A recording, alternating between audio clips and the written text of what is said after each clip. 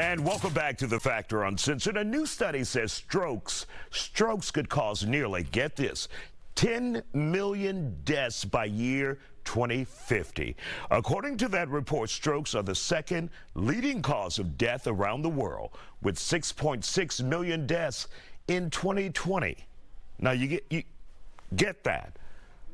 6.6 million deaths already in 2020 from strokes.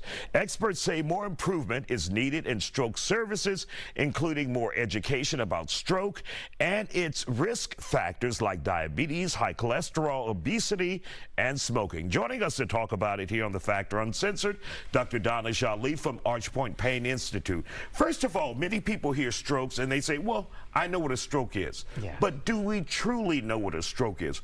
What does it do to the body? What is a stroke? Yeah, so Isaiah, stroke is like a heart attack for the brain, right? It's when you don't get enough oxygen and blood. And no one has ever, told us that way. That's correct. A heart attack for the brain. That's exactly right. So heart attack is when you don't get enough blood supplied to a specific area, a specific chamber of your heart stops working in that area, right? Same thing with a stroke. You don't get enough blood supply to a specific part of the brain, your brain shuts down in that area, right? And we know those symptoms, we know the signs that we see, the facial weakness, the arm weakness, the speech issues. Depending on where that stroke is, where that lack of blood supply is to the brain, that's where you see those symptoms that we see folks coming into the ED with, and we hear all these stories about. Now, you talked about the symptoms. What causes a stroke? Yeah, so stroke is basically caused by a plaque buildup. Commonly, very commonly, about 80% of strokes are ischemic strokes, and what that means is that there's a clot, there's a portion of the blood supply that is cut off because of plaque buildup, because of some clottage in that area.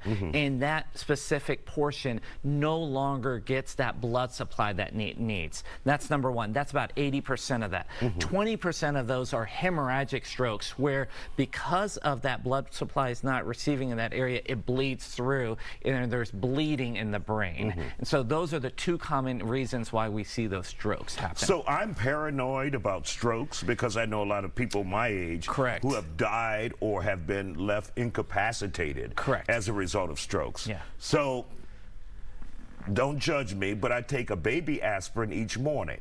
So people say take an aspirin a day, keep the dog. Is that accurate? So yes, partly, Isaiah. There are other things that need to be done, all right? And what I mean by that is living a healthy life, sure. That's exactly right. So exercising is so important. It's not just the aspirin, right? It's the other things that you also have to do. Maintaining a healthy lifestyle, right?